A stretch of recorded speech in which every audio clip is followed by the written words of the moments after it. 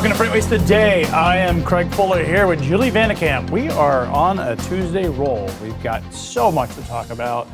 We're going to get into really the economic cycle, what's happening with the economy, really dive into it. We're going to talk about freight and what happens when those running gods fails with RXO as Chief Strategy Officer.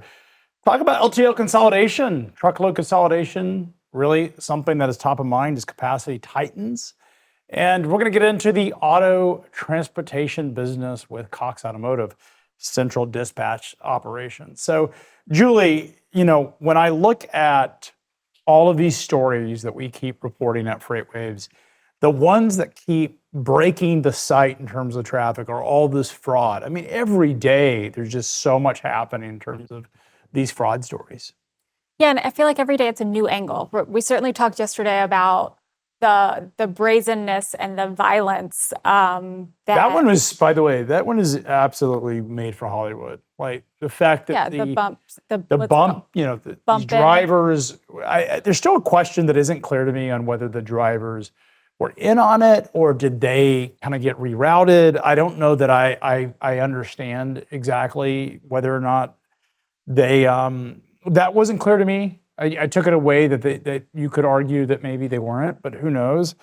We'll have to research that. But the other thing is like just all of this back-to-back fraud.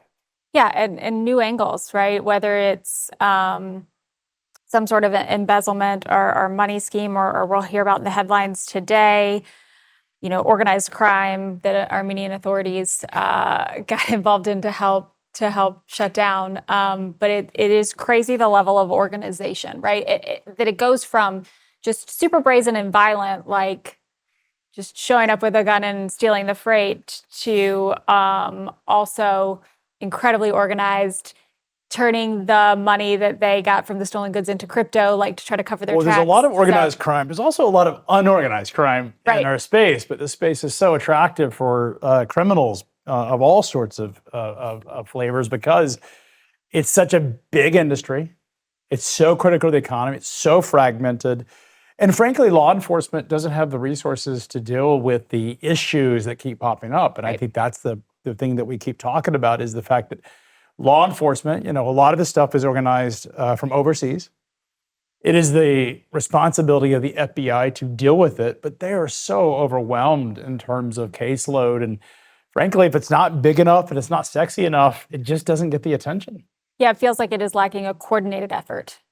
Well, that's what CAUCA is supposed to respond to, and that's what CAUCA is built to do. It's a congressional rule. It's a congressional law that a bill that is in Congress that they need to pass, and if they do, I think we'll get the resources and cross-agency coordination that it will take.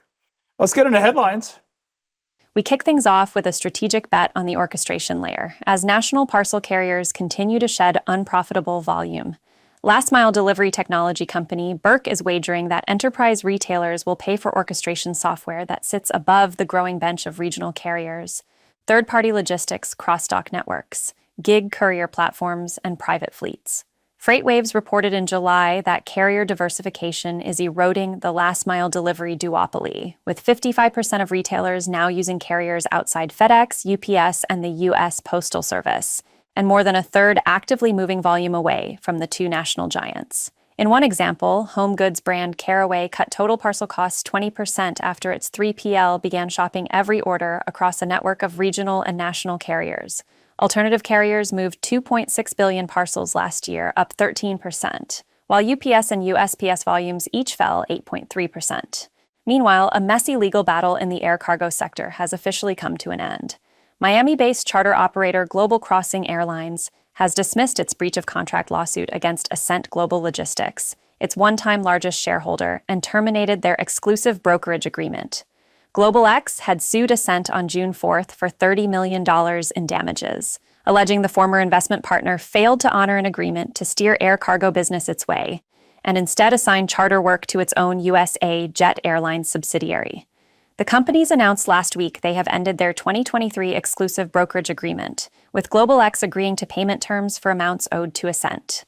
During the second quarter ended June 30th, GlobalX's cargo revenue dropped $2.9 million, or about 50% year over year, and the cargo business is currently taking about $1 million per month from the bottom line. Finally, Armenian authorities have busted an organized freight fraud operation targeting American carriers from thousands of miles away.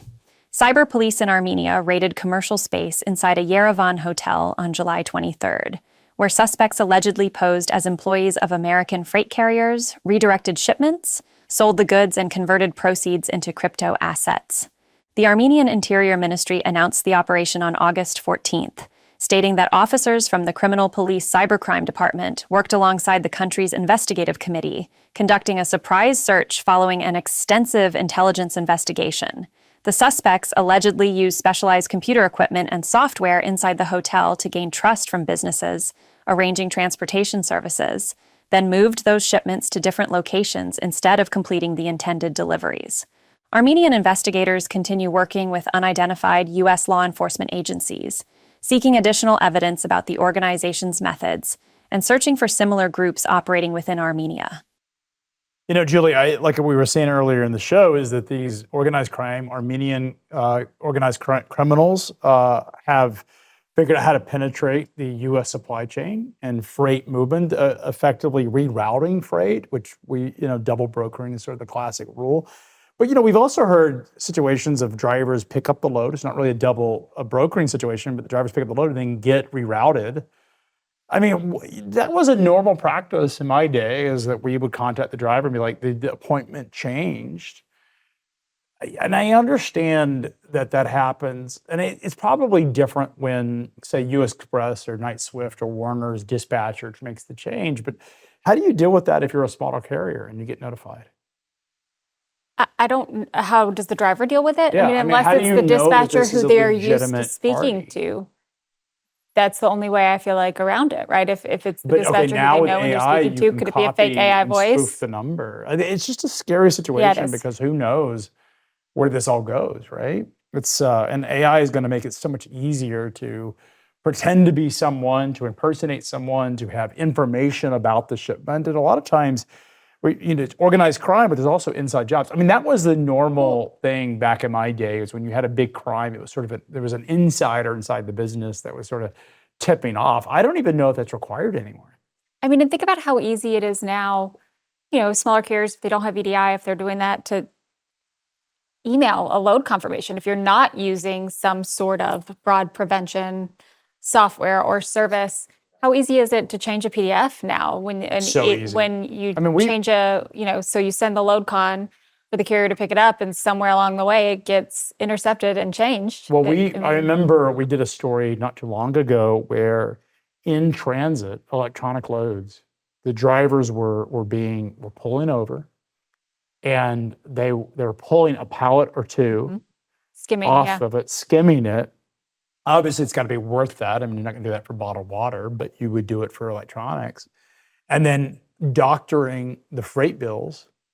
So you replace you didn't get it. An OSD, and you never took off and so the crazy thing is they don't take off the seal. They actually unscrew the doors entirely. And then they put the doors back on the trailer, and the receiver never has any knowledge about what has happened. I mean, it goes back to what we talked about. By the way, shout out to our sponsor, Samsara, because they've got this tracking label that if you are in a situation where you have high value goods, it feels like that is what this is all going to come to. Yeah, and the smart trailers. Label? So you would be aware if the weight changed on the load, or you would be aware if the doors were removed. Not just the seal was broken. I'm sure if the doors were removed. Is there been some intermittent disruption? And it feels like certain commodities are more attractive for that. So you got the shipping label combined with the weight, the smart trailer system that connects to the airway system. Airway is sort of the OG of that, where it weighs the trailer in transit.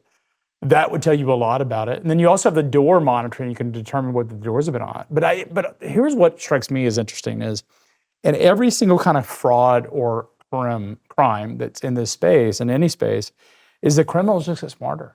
Well, right. So who's to say they don't cut a hole in the roof and take something out and put something else that weighs about the same and weld it back, right? I guess that could happen. That feels like a little bit more elaborate. Totally. But I'm just saying, like, there will always be a work. Like, this will always be something that's continuing to evolve. The criminals will continue to evolve. And so those trying to prevent it will have to continue to It's an arms race. Well. I'm encouraged that there's prosecution happening. I mean, one of the reasons we get these stories every single day is because there is some kind of law enforcement that's busting these criminal syndicates, which we desperately need. Yep. So, look, it's something we're going to continue to follow, and I imagine tomorrow we'll have another headline on some type of fraud. Don't know what it will be. Unfortunately, I'm sure you are right. All right, well, with that, we should get to our first guest. We have Lakshman Achuthan, who is the co-founder of the Economic Cycle Research Institute, here to talk about the global industrial cycle. Welcome to the show. Thanks for being here. Oh, thank you for having me. Thanks a lot for having me. Interesting conversation there, I must say. Well, we have, unfortunately, we have them every day. Like, it's funny, when we started FreightWaves, everyone's like, freight supply chains are boring. How do you create a media and data business on supply chain? Because it seems boring. But dude, it is far from boring. There's a lot going on. I won't name names, but I used to work at a place in my summer job when I was a kid. And, there are some guys who knew a guy and deliveries were happening. And I feel a little bit of this story that you're talking about here. And it's as old as, I guess, shipping has been around.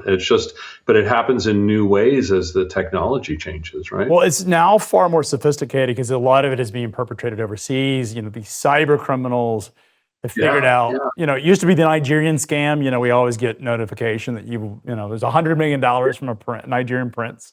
But now because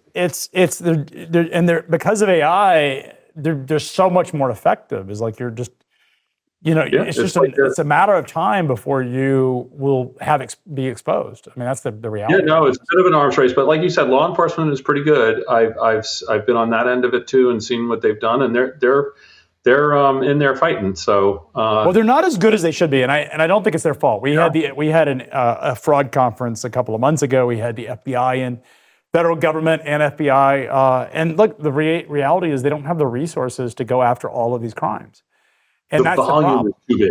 The volume is big. Yeah, I agree on that. Yeah, absolutely. So, but anyway, let's talk about the economy. Let's talk about something a little bit more.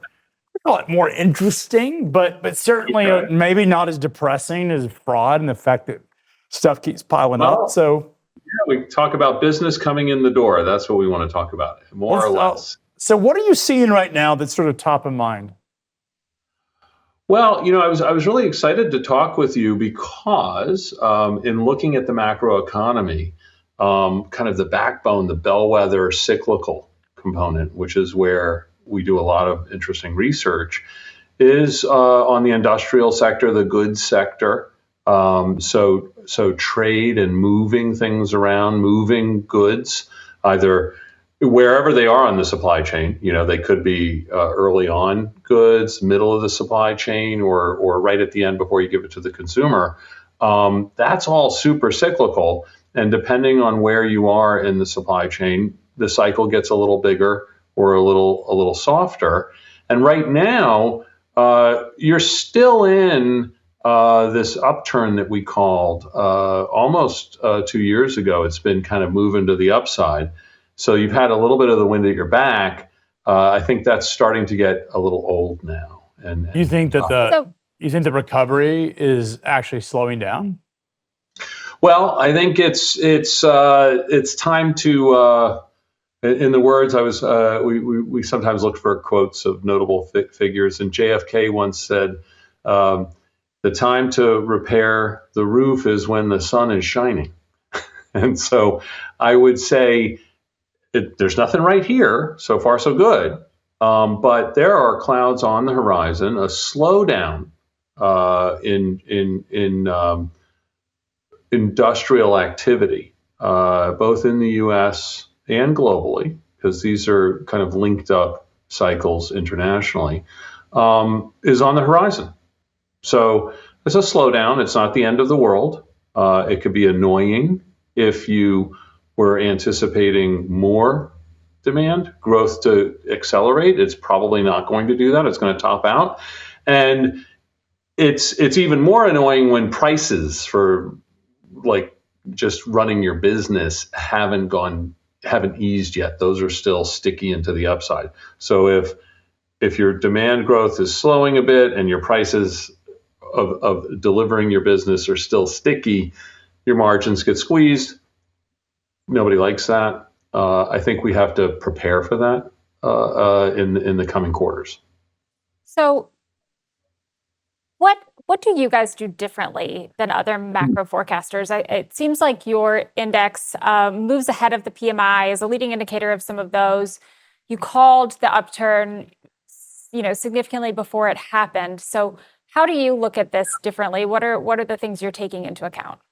Great question, and I just want to full disclosure, right? What ECRI, Economic Cycle Research Institute, what we do is I work with a lot of people on Wall Street. I have friends who are on Wall Street, but we're not really Wall Street people. We're not Wall Street research in that sense. We're an older, I would say, 3 generations old now at this point. I'm the 3rd generation of researchers who look at cycles, kind of the upswings and the downswings in business. And that's different from how a lot of macro forecasters you might hear about forecast. In their models, a lot of what they do in very sophisticated ways, including with AI and all these things, is they extrapolate trends. So if something has been happening for a bunch of days or weeks or months, the forecast is it'll keep happening. Now, often that's a perfectly fine forecast, unless you're at a cycle turning point when it's a really bad forecast and can hurt you. And so that's where we step in. Is every once in a while we raise our hand and we say, we're near a cycle turning point.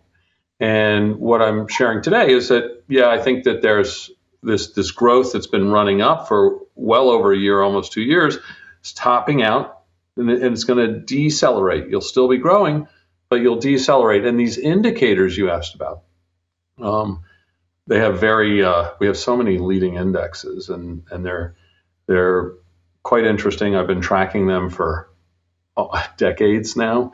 And the Global Industrial Growth Long Leading Index, which we affectionately call the GIGLY, this leads global industrial activity by almost a year. So that we watch how that's doing, and if we see it turning down, and it has, then we look at our shorter leading indicators to see if they're starting to turn down, and they are starting to. And those indicators actually lead things like the Purchasing Managers Index or the PMI. And a lot of industry people will follow where the PMI is. And if the PMI comes in a little weaker, they go, maybe something's happening. And for us, if the PMI comes in a little weaker, we say, that's confirming what we thought was going to happen. So now we know it's here. We have a lot of conviction in any decisions that we might want to be a part of, which could be, basic business management decisions you would take to navigate a slowdown like we're describing. So it's not the end of the world. But it's something that you can navigate. So I'd love for you to tell us what you're seeing right now, and more specifically, you've got these indicators that tell us the global economy is slowing, the industrial economy is slowing. What is the stuff that you're actually seeing? Well, right now, so the Global Industrial Growth Long Leading Index went down. Then our leading manufacturing indexes globally have started to ease. Coming to the U.S., the leading manufacturing index for the manufacturing sector of the U.S. has started to ease. Still growing, but it's starting to ease. It was growing quite nicely until a couple of months ago. And that anticipates the PMIs, which will, in our telling, start to top out and ease. So you might see a headline in the fall that says, the PMIs have come down a little bit. Maybe that means there's some easing. Having listened to this program, you could say, that ECRI guy said this might happen, and now it's here. Everybody else is seeing. So here's what we see. I mean, the freight cycle is sort of its own cycle. It really was a dog. It was an absolute dog. I would use a more direct verb if I wasn't on Sirius XM, but it was absolutely a dog. Up until November this year, last year, it started to recover. We're starting to see recovery. The rail volume data. So the U.S. industrial goods market has been pretty abysmal up until November of last year. It seems what you're seeing is counter to what we are currently seeing. So there seems to be a pretty disconnect. So that the disconnect happens at every turning point. That's actually the most interesting time, is the disconnect that you're talking about, right? Because I really am talking about time. A long leader is seeing something on the horizon. A short leader sees it halfway closer. The coincident data, like you're describing right now, what the industry is feeling right now is coincident. That's what's happening right outside your window. That's not forward looking. But I don't know that I agree with you. Look, I'm not. You do this for a living, please, but this is good. My point is that freight cycles, if you follow Dow theory, but freight cycles lead the broader economy. We've seen a widening of in the PMI. We've seen widening of the sectors that are seeing the impact. The railroads are, this past month was the second largest rail freight index since 2008. I hear what you're saying, but we were in such an abysmal market. The idea that this is going to roll over. Again, I'm talking about the domestic U.S. market. Tell me where I'm wrong. No. So one of the things you just added in, which I just want to, it's not a bad thing. It's part of reality, is the magnitude of the cycle, right? So you were saying it was very abysmal, and we finally recovered, and it's finally gotten back to a better reading. Okay, I think that's what you said roughly. Well, right? I look at the volume data, and it's broadening. Like it was started off a couple of months ago, or you can go back to November, and it seemed to be very concentrated in what we'll call data center and defense-related production areas of the economy. Since then, at least the data suggests that which is great. If it's broader, it's much better. But look, it's going to be disappointing news to anybody if you're right. And I'm like, I have no reason to suggest that you aren't correct. But this would be devastating news for anybody in freight, because we've only been enjoying this for 8 months now. Well, I forget who said this, somebody smarter than me, but to be forewarned is to be forearmed, right? And to navigate this, I want to clarify something. I'm not talking about a collapse, right? I agree with you. Volumes are up. They're healthier. They're broader. That's great. Those are no dispute there at all, okay? What I'm saying is that the pace of the recovery is going to ease, and you're going to have a deceleration in the growth. Okay, so it doesn't mean you're not still growing. But isn't that normal? You're growing from the bottom. You're naturally going to, as you see the significant rebound, the pace and the momentum naturally slows. Is that what we're hearing? Well, naturally, in the sense that it eventually turns down, right? So let's say, for argument's sake, I think this is roughly true. Half of all slowdowns turn into kind of harder slowdowns. I'm not predicting that, but that's why you have to be wary of slowdowns. You have to pay attention to them. The other component, and I'm shifting gears here a little bit, but you've got volumes, which are at higher levels, and the pace of increase is slowing. That's what we've talked about so far. The prices, right, that you're paying for doing your business are staying up, and they're sticky a bit. Yep. Okay, so that combo of slower growth in the business while prices stay sticky, that's just a little tougher. The business has to be a little this is stagflation? Are we looking at stagflation is what you're warning about? In the industry specifically, I think that you have to be looking in that direction. You have to say, what would I do under those circumstances to navigate it and not get hurt? I think that's a healthy thing to do. I also believe that some of that international activity slows a bit, and so people who are exposed to that component of it. This is not only happening in the U.S., it's also happening abroad. And the third kind of business management component of this, I just want to throw on the table, happy to discuss any angles or dive deeper into any pieces of this, is just that rates, interest rates, probably just don't ease that much, right? I know there's hope that there could be some calming down in interest rates. It feels like they're going to stay here or edge higher. And that's also, part of the cost of managing the business. Yeah, for sure. How much is the energy? We've been tracking the crack spread. I know Julie is obsessed with this crack spread thing on diesel, and with what's happening in Russia with these refineries blowing up. We've had multiple guests talk about just the price of diesel and what it's doing to the economy. Is that what's really, you think, contributing? Obviously, interest rates are higher, but ultimately the industrial sector needs energy. Is that one of the big triggers of this slowdown you're referring to?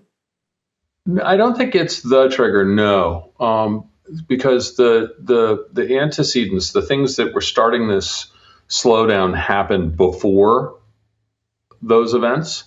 So those events may make it worse, but they're not the cause of it. And so let's say everything just disappeared and everything was fine, it doesn't mean that the slowdown would go away. What is the It's cause? very natural for there to be cycles, by the way, right? So the global cycle goes up and down. It doesn't mean something's wrong or something's bad. It's just that's the way it actually is. Sorry. No, so what is the cause? What is actually indicating this turn and slowdown for you? For growth? Yeah, if you're saying that you think that the growth is going to slow, right, and begin to turn downwards, what is it that you think is the cause? What is it that you're seeing that indicates that? Well, so now we're getting a little bit into leading indexes, right? Where it's very different than the way Wall Street would forecast. They might say there was a negative shock and therefore there's a slowdown. That's not how leading indexes work. The way leading indexes work is you have, let's say, 5 or 6 big drivers of the economy. It could be pent-up demand. It could be productivity gains, profits growth. It could be interest rates, inventories. These are all big drivers of growth, each one of these individually. The leading indexes combine all of those together objectively, without an opinion. No, it's not like I know someone who told me something secret. It's just that they're very objective. And objectively, they've decelerated. It's very natural for that to happen in a capitalist economy. This is normal. And this all began peaking in our longer leading indicators almost a year ago, and it's been coming down, and the shorter leading indicators are following suit. Now, what are the causes, so to speak? It could be higher interest rates. It could be demand has a lot of pent-up demand earlier has been met. It could be there was some over purchasing earlier. These are all potential stories that we could fit to events after the fact. And that's typically how these things are described. But the actual kind of risk moment or divergence, I would say, between the leading indexes and what you see on the ground outside your window, that's a really interesting moment, because to take a little bit of defensive posture in that moment when the sun is shining, like repairing the roof when the sun is shining, if you take a little bit of that, if you do that, then it's actually very cheap to do it. It doesn't, you can make some adjustments in your business plans under nice circumstances where it doesn't. But how much of this, I mean, if we're saying this is a year ago, then tariffs, is it a tariff issue that's caused? No. See, that's the, and the questions you're asking, right, from the freight and supply chain vantage point, right? That's where you're. That's what our audience cares about. So okay, I got to tell you, the same questions when I'm dealing with asset managers, being like, is it stocks, bonds, private equity? What am I buying? All these things all over the place. They're asking the same thing. And what's very interesting, and it's the opportunity, in fact, is that the cyclical dynamics turned before the tariffs, before the war, before Hormuz. Those are all headlines that are very difficult to look away from. And it's very natural to draw a straight line from them to activity. But what I've learned in my entire professional career is that the business cycle is bigger than that. And that's what's happening here. The cyclical, we just had a nice run. I mean, maybe it wasn't enough. You would have liked a better run. You were pointing out that we just were recovering from these earlier depths. But the cycle doesn't care, right? It's just like, hey, I'm topping out here. And it was a dog. It was an absolute dog. And we do not like dogs. We want this freight surge to continue. You're spoiling the party here. No. You're telling us the party's going to end. The police are on the way. This is not good stuff. I am not going that far. I'm saying, hey, if you play it cool and you don't mess up, you can have a second chapter. We'll turn the music down. We'll hide the booze. Yeah. Police are on the way. Keep it quiet. Keep it a quiet get together. Invite our neighbors over for a drink so they don't call. Yes, we know what's happening. Anyways, we got to go. Appreciate you coming. Thank you so much. We'll continue to watch. Yeah. Like, it's something to watch. I mean, look, it's a very counter view to what we've been talking about the last couple of months. So, I don't know. What do you think? The police are on the way, or do you think that the party continues? I think the music continues. It's my personal opinion. Yeah, I mean, I think that the incredible high peak that we saw that was so volatile and happened so quickly, I think we're past that. And I think that there will be sort of more of a normal leveling out, a wider arc. Global, not necessarily domestic market. Yeah, and I think there are a lot of factors that U.S. manufacturing is having a resurgence in data centers and all of those things that kind of sort of play into just the U.S. versus maybe the global economy. We'll have to have him back and spot check. We'll see if we get it right. We'll be right back after this break with Sonar Update. The drivers, dispatchers, mechanics, and crews who keep the world moving deserve tools that work as hard as they do. That's what Samsara builds, technology for safer, more efficient operations, made with the people who do the work. Samsara, built with operators for operators. Learn more at samsara.com.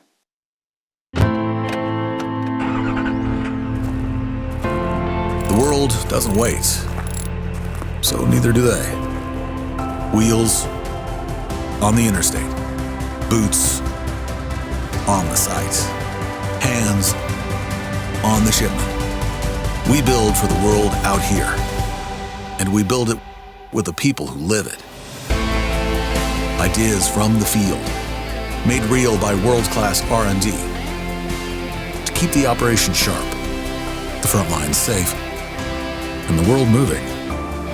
From one cab to a global network. Billions of miles, trillions of data points, every one making your operation better. And we never build it alone.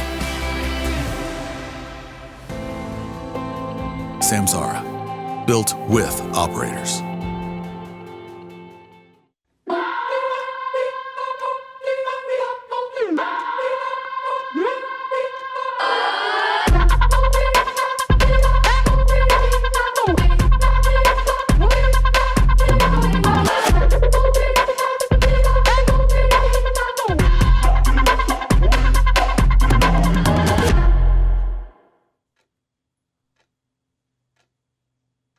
Once a year, the entire freight industry stops what it's doing and comes to one place, Chattanooga, Tennessee. This is F3, the Future of Freight Festival. It isn't just a conference, it's the largest festival in freight, built to pull you all the way in. The energy, the ideas, the atmosphere, and the people who move this industry forward. Over 50 speakers, 4 events across 3 days, founders, executives, innovators, and disruptors, all under one roof, all asking the same question: what comes next? On the main stage, The sharpest minds in freight take on the biggest questions in the business, the trends, the technology, and the forces shaping what's ahead. Then the clock starts. 7 minutes, no exceptions. The cutting edge of freight tech goes head-to-head, live, battling for best in show. When the time's up, the lights go out.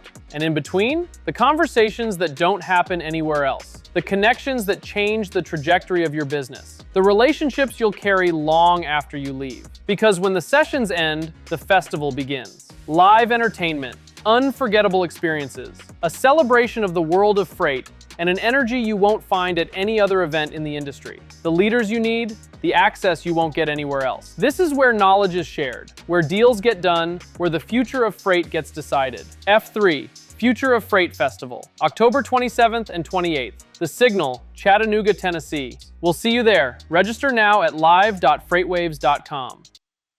Welcome back to FreightWaves Today. I don't know, Julie. You think this is a spoil the party time? I don't know. We're going to find out from our next guest. We have Jared Weisfeld. He is the Chief Strategy Officer of RXOs, coming to us from Greenwich, Connecticut. Jared, is the party over with, or do we have more time on the clock? Great to see you, Greg. Hey, Julie, how are you? I think it's an aggressive call to say the party's over, considering we're coming out of a almost 4-year freight downturn. Right. But I also want to put things in perspective that we look through and we look to the long term. And from our standpoint, we actually believe that we're setting up for a multi-year recovery in freight. When you think about just how much capacity has come out, and you guys have talked about this extensively, and I think you've been spot on. But like, just to put in perspective, I mean, we think as much as 20 to 25% of the for-hire truckload market is likely to come out from a supply perspective, and that's not a trivial amount. So what we've seen year to date has absolutely been a supply-driven recovery. So I think it's really important to point out that even though we've seen improvements in the industrial sector year to date with the ISM in expansionary territory all year, we're still talking about what is still a subdued freight environment from a demand standpoint. This has been primarily supply-driven. Well, I don't think there's anyone that disagrees on that. Yesterday, we had a really interesting conversation with Kent Adamo, formerly with DAT, now at East Logistics, and Jason Miller, a professor of supply chain at Michigan State. And they were making the case that they believe the cycle is going to be short-lived, or at least is going to roll over sometime in the next year, largely due to capacity expansion. I think Dr. Miller is making the case that drivers, fleets always overcorrect. I think Ken Adamo believes that the government's going to is going to ease some of the regulatory crackdowns due to pressure from the shipper community. But you're talking about something completely different. You're talking about the fact that it's going the opposite direction than what they're referring to. A 20 to 25% crackdown is a massive and substantial correction. Tell us a little bit why you think that's the case. Yeah, our view is that recent government enforcement action is here to stay. And at the end of the day, the enforcement action is taken from the standpoint of improving the safety of our roads, decreasing theft on our roads, which we certainly support. So when we think about the actions that have occurred between non-domiciled CDLs, English language proficiency, the CDL mill crackdown, ELDs, everything from a cabotage standpoint, these have been ongoing for about 12 months now, and our view is that this is structural in nature, and it's the largest structural change to occur in the market since deregulation in 1980. So, to your point, it's a different view. I think we've seen, if you look at year to date, the fact that spot rates, depending on the week that you're talking about, are up anywhere between 30 and 50% year over year, despite muted demand, speaks to how much capacity has come out. And I think there is more capacity that will continue to come out on a go-forward or prospective basis. And then there will be a supply response at some point, to be clear. But we think it's going to be a rational supply response, not shadow capacity that's operating at unsustainable unit economics. Jared, we agree. I mean, go ahead. Yeah, and I think another thing, that I read, and I want to talk more about what you saw in the curve in Q2, was that while rates did go up, they're really not as high. They're in line with the last peak, whereas the cost to operate a truck is up 26%. So I think that that's another indicator that we aren't done yet if we're going to be able to operate safely and profitably. I mean, we've interviewed, companies. 70, 80 CEOs and certainly as many C-level executives on FreightWaves today across this industry, lots of freight. And even the largest asset carriers, we consistently hear that they're not adding trucks because they can't find drivers. They would like to add, but they can't. And so, Jared, it seems consistent and costs with what are rising. you're saying. Even if rates are rising, costs have also risen, and yes. they weren't. They want to return for capital the last 3-4 years. Those are such great points. I mean, number one, if you look at the capital investments that are occurring right now on behalf of the asset-based carriers, we think that is more replacement than anything else in terms of just the fleet.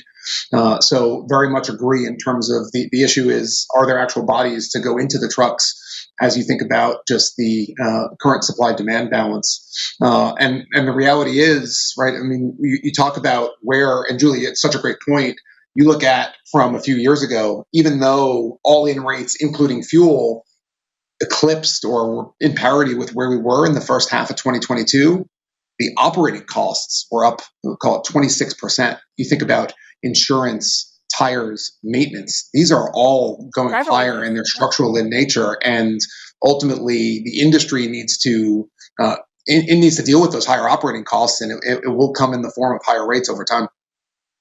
Yeah, I mean, I think that's another indicator that we aren't done yet. We can't be done yet. I don't think we're done. I think this is a super cycle. But Jared, I do wonder, Julie and I both come from the asset side of the world. You guys have a pedigree as part of XPO and understand probably the best capital allocator in the entire history of the industry is the person that helped found your business.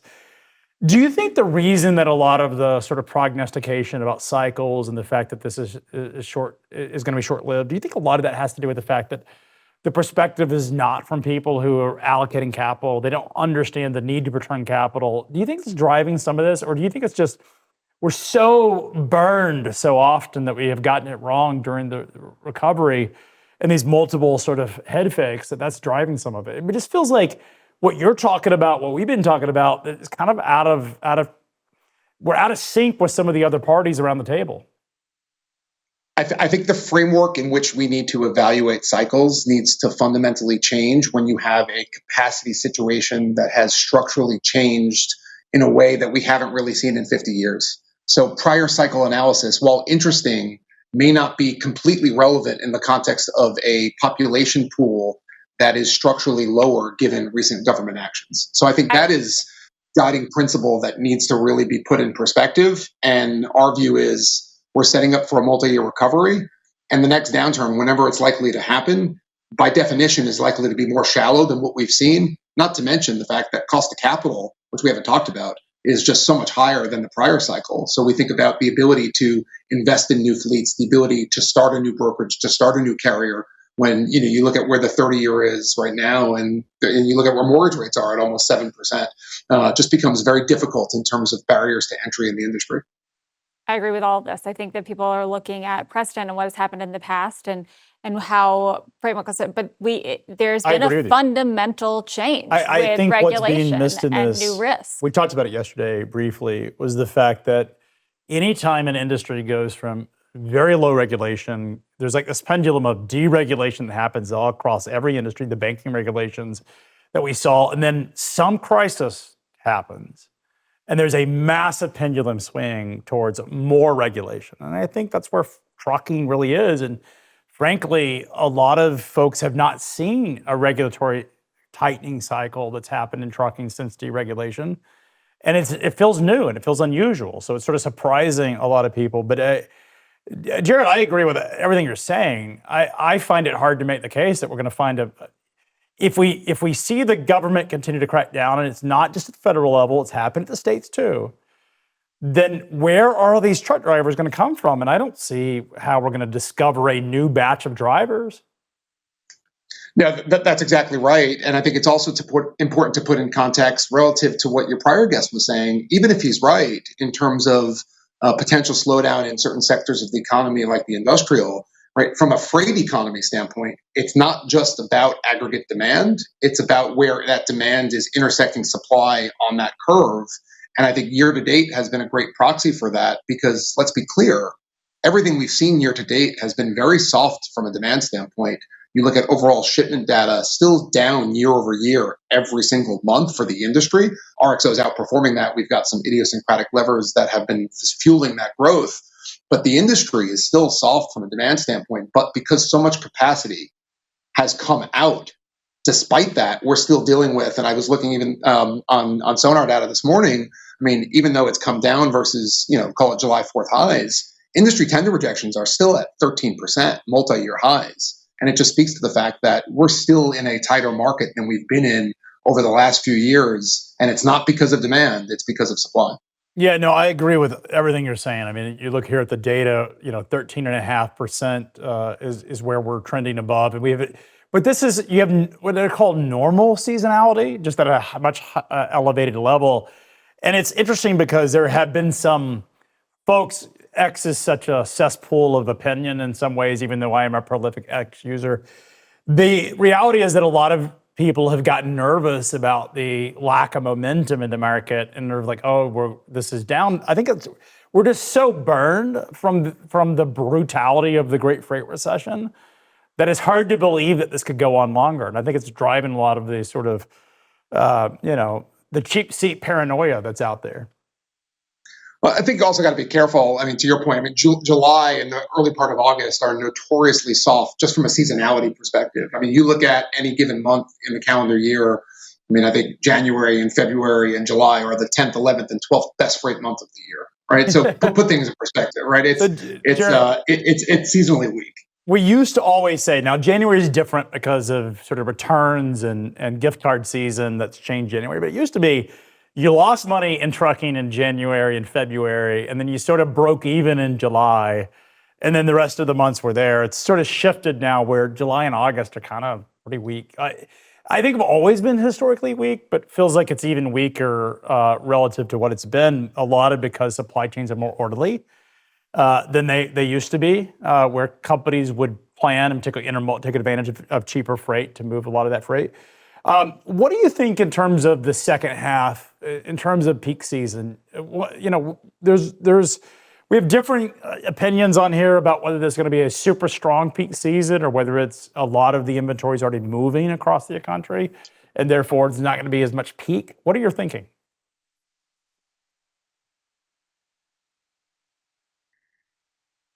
Did we lose Jared? I think he Seems like I think he have froze. an internet issue Yep. on his. Do you hear me now? Oh, he's back. We're You're back. Yes. We're back. Yes, we got you. Can you hear me? Yep. Okay, great. So from a peak season standpoint, I'd say it's too early to tell, but we do think that the market is going to tighten between now and the end of September. That ultimately we are dealing with soft seasonality right now, but that is, to the earlier point, that is what we see all the time in the month of July and August, and our expectation is that we tighten between now and the end of September. And then from September through the end of Q4, I think it's really going to be a function of whether or not the consumer shows up. We haven't had a peak season in 4 years, so I think it's still too early to tell whether or not we'll have one this year. But our expectation is certainly that we're going to go ahead and tighten from a capacity and demand standpoint between now and the end of Q3. What are your shipper customers asking for? I mean, we're hearing that they're coming in early or planning earlier than they typically planned. What are you hearing right now? What are you guys seeing?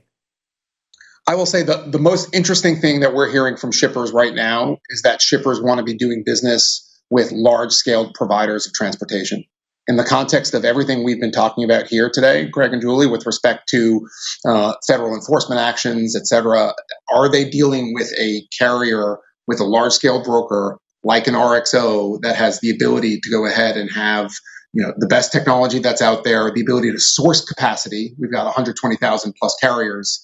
The ability to go ahead and do that in a way with best-in-class vetting from a carrier standpoint, best-in-class safety metrics, and that is palpable in terms of recent conversations with shippers in terms of ultimately consolidating the amount of freight that they are moving with large brokers like an RXO. I think that is single-handedly the largest or the most prevalent theme that we're hearing from our customers right now. And I think it's also in the context of the current market that we're thinking about. I think shippers want to make sure that they are prepared to the extent that there is a peak season. The market is very fragile right now from a supply and demand standpoint. And any movement in demand could go ahead and alter that balance. So preparing for routing guide failures, et cetera. It's interesting talking to the large freight brokers because we're getting differing opinions about sort of what people are, sort of this new environment post-Montgomery, post-SCOTUS. Just a lot of sort of different opinions. And frankly, I'm always, I wouldn't say confused by it, but there just seems to be a lot of sort of differing opinion. But it does strike me that the larger companies are in a much better position to navigate this stuff than the smaller providers. How much are shippers leaning into diligence? You guys are public. That is both, it can be painful being a public officer because you got to answer to shareholders every quarter. But I imagine in an environment where shippers are really, really gun shy on whom they're doing business with and really validating that they have a trusted provider, I got to imagine that that is an enormous advantage right now. It is a huge strategic advantage. And we love being public. We love reporting the success that we've had over the last 4 years after spinning out from XPO and the transformative acquisition that we had with Coyote they were now the third largest provider of broker transportation in North America.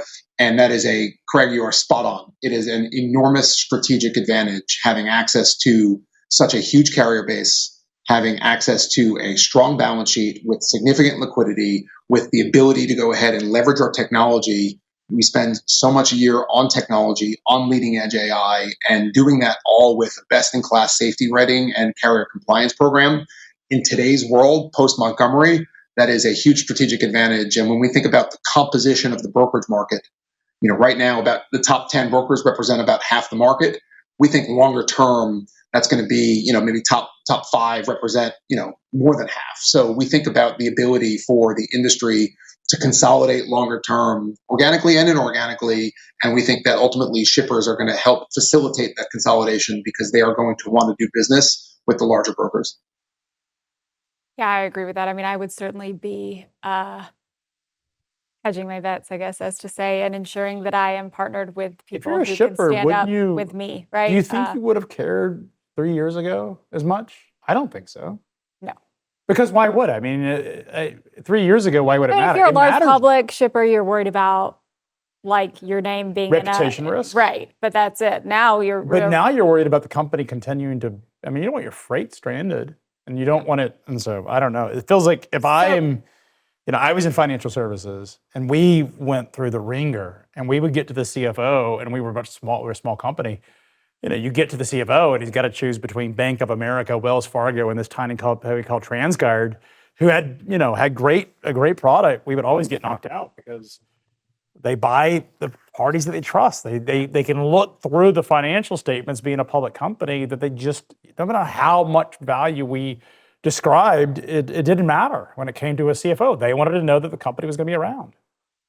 And by the way, Craig, we're having those C-suite conversations precisely because of that. We're ultimately, let's educate the shipper community in terms of what's happening right now in the current market environment and why doing business with someone like RXO is a strategic advantage for that shipper. You think about just the durability of RXO throughout market cycles and the access to capacity that we have, the access to resources and investments that we have. To your earlier point, it's a huge strategic advantage in this environment. And I think it's only going to become increasingly strategic because ultimately, I think these structural changes are here to stay, and it's going to certainly benefit the largest carriers and largest brokers. So Jared, speaking of the access to resources you all have, so we obviously track spot rates. You guys report on it in your curve as well, and they have been significantly higher than contract rates all year, every month. So what are you seeing as far as routing guide breakdowns, and then how is RXO helping cover that spot freight for shippers? And what resources do you all use to do that? And then I have a follow-up also, actually, but I'll pause there. Sure. In Q2, we saw, based on our RXO curve data, spot was at an average premium relative to contract at about 20%. To everything we've been talking about for the last 20 minutes or so, you've seen industry-wide line haul spot rates come in a little bit over the last few weeks. So that's probably at around, call it a mid-teens premium right now.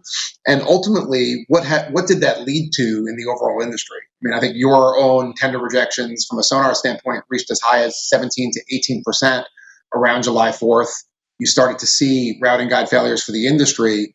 At RXO, how we think about where we are in this cycle, we need to service our freight incredibly well. So our industry acceptance levels were high. Our acceptance levels were high relative to industry. We had, so we continue to maintain those strong relationships. And, our view also is you don't win the spot volumes unless you maintain those strong contract customer relationships. So we actually saw a significant increase in Q2 on our spots, our special projects, our mini bids, to the extent that our Q2 spot volume was up 900 basis points sequentially, 1,500 basis points year over year to about 42% of the mix. That further increased in July to about 50% of the mix, where we are proving to be the broker of choice in the community with respect to spot loads, projects, and mini bids, because we are servicing that freight so exceptionally well, and we are staffed for growth. We've got the resources to go ahead and handle that spot freight. And we're also investing aggressively in technology and leveraging tools to capture all of that all of that volume. So we are positioned incredibly well to make sure that we're capturing that spot freight. Well, that was reflected in your earnings, right? When you talk about the spot to contract percentages. One further question on that. As we look towards peak, what would you advise shippers to be thinking about their contract versus spot mix? I think shippers should be making sure that they are preparing for any type of environment whereby, to the extent that there is any improvement in consumer demand, that they are that they've got the right carrier partners to help facilitate. Because at the end of the day, if they're, like we've talked about here, we've seen spot rates up 30 to 50% year over year despite muted demand. Any improvement in consumer demand could really go ahead and increase freight rate volatility. And shippers need to be prepared because they're going to want that predictability and visibility that that comes with contract-related volume. So make sure that they've got the ability to partner with strategic carriers and brokers like an RXO, because ultimately, if you do start to see an improvement in demand, you can absolutely start to see an erosion in routing guides, and that could be problematic for their service levels. So making sure that they're forward-thinking and making sure that they're lining up the capacity necessary to the extent that there is a peak season. And Jared, I know that you guys would love for Capacity Now sponsoring the segment for RXO to be there when an asset carrier can't deliver the trucks, when they are leaving the freight on the docks. You guys want to be the first call. We want to be the first call, Craig, and we are the first call. And I think that our second quarter results showed that in terms of our 1,500 basis point improvement year over year in spot volume, and saw another 800 basis point improvement in the month of July alone to up 50% at 50% of the mix. So, and I think that goes and builds on what we talked about earlier. To win the spot volume in this kind of market, you need to make sure that you are servicing your contract freight exceptionally well, and you have those deep customer relationships so that you are that first call. I always said I wanted to be the first last call, Julie. I didn't want to be the first call. I want to be the first last call. Like because it gives you the highest price. You want to be a little desperate. Yeah. A little bit of desperation. Would be the first call out of desperation. I don't want to be the guy on the first call. So anyways, Jared, appreciate your time. Thanks for coming in, and we got to get to Greenwich. Greenwich is a beautiful place. You're welcome anytime, guys. We should do Feel free to come on up anytime. Appreciate it. We'll go visit you guys. We'll visit your other companies, the XOs. We'll just do a full tour of the Brad Jacobs company. What do you think, Julie? Sounds fun to me. We'll be right back with a Sonar market update. Stay with us. Getting reliable capacity can be complicated. Let RXO make it simple. As the third largest provider of brokered transportation in North America, RXO has the scale, resources, and expertise to help you tackle any shipping challenge. From a last-minute spot load to a managed transportation solution, from LTL to intermodal, from trained logistics experts to AI-powered freight automations, RXO has you covered from the first mile to the last mile. Start shipping on easy mode with RXO and get a smart solution to move your freight. Learn more at rxo.com/capacity. The world doesn't wait, so neither do they. Wheels on the interstate, boots on the site, hands on the shipment. We build for the world out here, and we build it with the people who live it. Ideas from the field, made real by world-class R&D to keep the operation sharp, the front lines safe, and the world moving. From one cab to a global network, billions of miles, trillions of data points, every one making your operation better. And we never build it alone. Samsara, built with operators.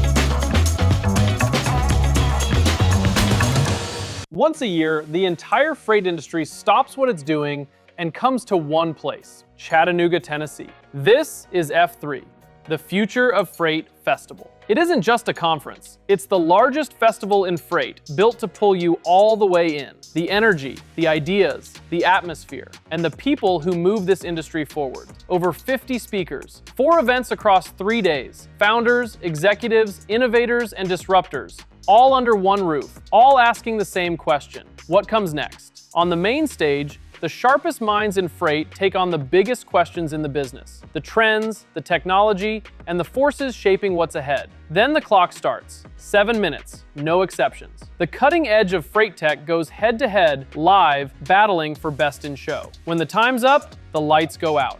And in between, the conversations that don't happen anywhere else. The connections that change the trajectory of your business. The relationships you'll carry long after you leave. Because when the sessions end, the festival begins. Live entertainment, unforgettable experiences, a celebration of the world of freight, and an energy you won't find at any other event in the industry. The leaders you need, the access you won't get anywhere else. This is where knowledge is shared, where deals get done, where the future of freight gets decided. F3, Future of Freight Festival, October 27th and 28th. The Signal, Chattanooga, Tennessee. We'll see you there. Register now at live.freightwaves.com.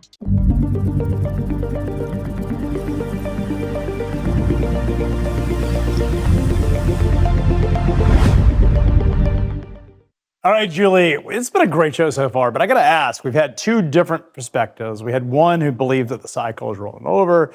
By the way, I still find it hard to believe that this recovery is going to go on very short. I mean, Jared said it best, that we had just started, and it's a regulatory crackdown, and I think that's why tender rejections are on fire. I think we heard it in tender rejections. I think we heard it in every earnings call. Every executive said we're in the early innings of this. I agree with that. We're just starting to reap the benefits of it. Do we think our first guest was just, he was talking about the global economy?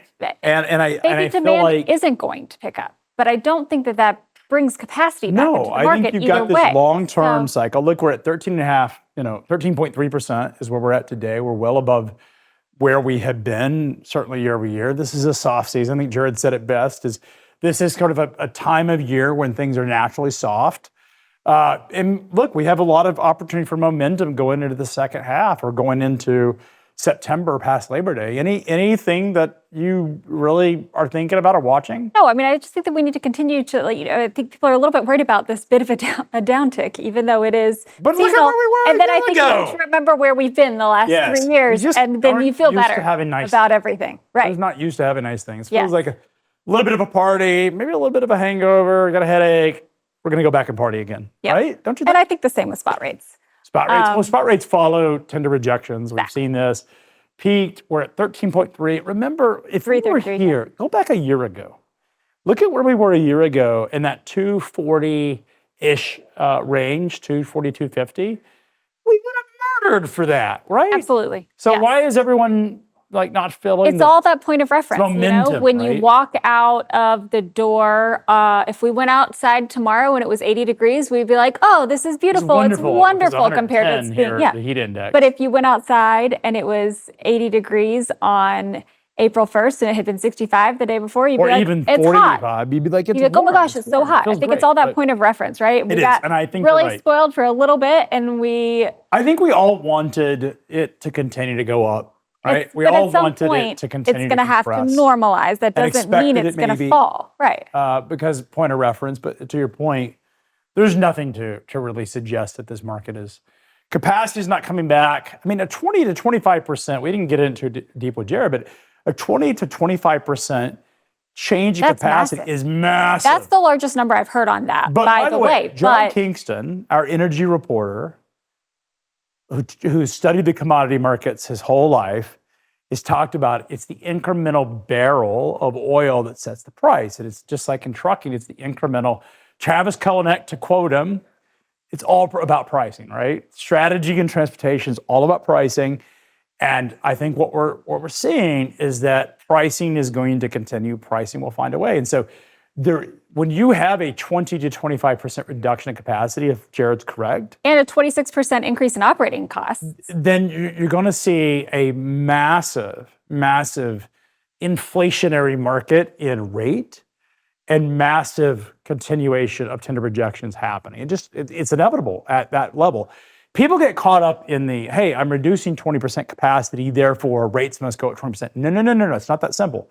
Because shippers will pay whatever well, it's not cost the price bears. Right? That's what, and I know I'm talking about trucking costs going up 26%. I am fully aware that a regular out one-way trucking is not cost-based, but I think some of the regulation is driving that carriers have to be profitable in order to be able to continue to invest in safety and following the regulation and hiring the right kind of drivers. And I think in every industry where you have gone from a deregulatory environment to a regulated environment, when the pendulum starts to swing towards regulation, it doesn't stop because no one wants to go back to the free for all. They want to go back. They don't want to go back to anarchy. And you could describe the trucking conditions as anarchy over the last couple of years. We're now headed into more regulation. I feel like it's going to stay. I don't believe or subscribe to the argument that Ken Adamo made yesterday that this is somehow going to stop. I think it's going to stay. I think it's going to continue to consolidate. I think the regulations are real. They happen at the state level. They happen at the federal level. I've met Derek Bars. We interviewed him in studio. He is hell bent on doing police enforcement on putting more regulations that are sustainable in this industry. Yeah. All right, so let's talk a little bit about maritime. We can go through this sort of quickly, but really the story here is that ocean rates are rising. Look at this. So the 3,000 blue line 7,300 is from China to the U.S. West Coast. The white line is to the East Coast. So you can see the 9,400 to the East Coast. massive increase in spot rates. But the reason I wanted to talk about this today, by the way, ocean spot rates. rates. These are TEUs, 20-foot equivalents. And the reason that I wanted to bring this up is because I think this is another example, sort of like what we talked about yesterday, where context matters. The rest of the data that we can provide in Sonar, beyond just the rate, really explains the story of what's happening.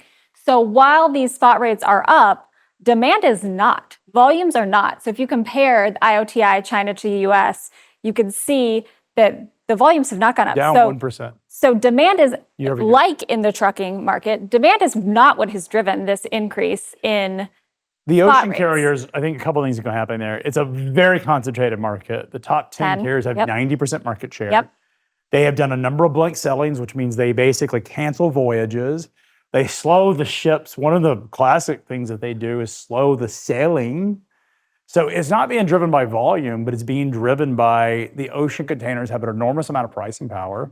And like I've said this before, and I'll say it again, is no crisis left untouched. They use the opportunities, whether we're talking Hormuz, whether we're talking the Suez, whether we're talking all of the different things that happen around international ocean shipping, container liners are always willing to take advantage of those opportunities with higher spot rates. So while it's not fragmented like trucking, the supply side chaos is driving the pricing, like I feel like in the trucking market. Well, they're so you able. can see demand's not up, rates are up. You zoom in and you look at it just the last month. I wouldn't call it There's chaos. a bit of chaos. It's the opposite of chaos, Julie, in the sense that this is very orderly. The ocean container lines, if you go back into the 2016, when Hygiene failed and went under, spot rates were $800. The ocean container lines had no pricing power, none. They lost it, but what they realized is, hey, we shouldn't be fighting each other ruthlessly for market share. We should be trying to maintain price, and the profitability is followed. And that's exactly what we're saying. So I don't think it's chaos. I think for shippers, it may feel like chaos. I think for shippers, it feels like chaos. And I think that they are going to your point, no crisis unused to raise rates. So they can speak to, so this is the last month where you can see inbound to the East Coast, inbound to the West Coast in demand, when you just really see demand out of China down 6%. Demand is down, but when you look at those rates just since early August into the West Coast, massive increase specifically into the West Coast. Yeah, I mean, look, a lot of this is just, part of it is ocean containers, the providers can do it. Yep. Part of it is there are some, we don't need to talk about rejection rates. There's some factors that are leading to this that they could take advantage of, right? There are this El Nino. The Pacific Ocean is warmer than usual, more typhoon activity than normal. The Atlantic is cooler, less hurricane activity, but it's also been very dry. So the Panama Canal is a little bit low. So they have all of these reasons to raise but rates. No crisis left untouched. Right. That's what the ocean container lines do. Crazy stat. If you go back, so everyone agrees that OPEC is a cartel. OPEC combined, this is before we saw the recent, the UAE and others sort of leave OPEC, control about 36% of global oil supplies. Enormous amount of pricing power. The ocean container lines, the top 10, controlled 90%. Here's the crazy stat. I always have said this, I'll say it again, is the ocean container lines are not subject to U.S. antitrust. So they can and they can coordinate schedules. That's entirely legal.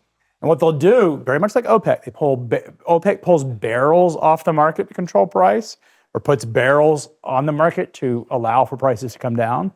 The same thing, the ocean container lines, they pull capacity out of the market, rates go up. So while they may not be collaborating on price, they're actually collaborating on capacity in ways that give them pricing power. And that is really important. And I think it's why you see U.S. consumers and U.S. businesses having to pay really high container rates. Yep.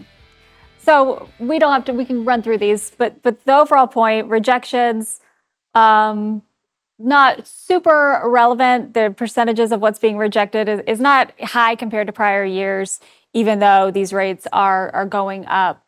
But we are seeing more port delays. They're blaming it on these weather and all of those things. And I always like to try to put something here to provide context beyond just what shows in Sonar. So Yangming came out with their earnings yesterday, and it really talks about a lot of the same things we just saw in the Sonar data, with those spot rates being up, an early peak season, firmer freight rates, and they even spoke to 482%, which is why they like higher prices. Well, of course they do. And it's no longer about he who has the most ships win. It's who has the highest profitability. That's what investors want to see, and that's what they're doing. That's why we have these surging spot rates. Absolutely. And then they're going to, no crisis averted, to talk about all of the things: trade policy uncertainty, geopolitical disruption, the Red Sea, excess vessel supply. They are talking about how more capacity is going to be added than demand, they believe. They did state that in their earnings. And schedule reliability. So I think the bottom line here is that if I were a shipper and I was trying to plan for fourth quarter, I would expect some volatility, certainly in rates, but potentially in capacity as well. We'll be right back with the CEO of Flock Freight. Stay with us. At Saia, it's a yes isn't just an answer. It's how we're built, a way of working shaped by our people, our nationwide network, and over a century of know-how that keeps freight and business moving. From coast to coast and across borders, our full-service freight and logistics services turn yes into real solutions for real business challenges. Deadlines change, conditions shift. Saia is ready for it all. For every customer, every day, it's a yes. The world doesn't wait, so neither do they. Wheels on the interstate, boots on the site, hands on the shipment. We build for the world out here, and we build it with the people who live it. Ideas from the field, made real by world-class R&D to keep the operation sharp, the front lines safe, and the world moving. From one cab to a global network, billions of miles, trillions of data points, every one making your operation better. And we never build it alone.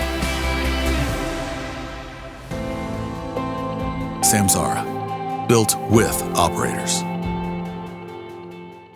Once a year, the entire freight industry stops what it's doing and comes to one place, Chattanooga, Tennessee. This is F3, the Future of Freight Festival. It isn't just a conference. It's the largest festival in freight, built to pull you all the way in. The energy, the ideas, the atmosphere, and the people who move this industry forward. Over 50 speakers, 4 events across 3 days, founders, executives, innovators, and disruptors, all under one roof, all asking the same question: what comes next? On the main stage, the sharpest minds in freight take on the biggest questions in the business, the trends, the technology, and the forces shaping what's ahead. Then the clock starts. 7 minutes, no exceptions. The cutting edge of freight tech goes head to head, live, battling for best in show. When the time's up, the lights go out.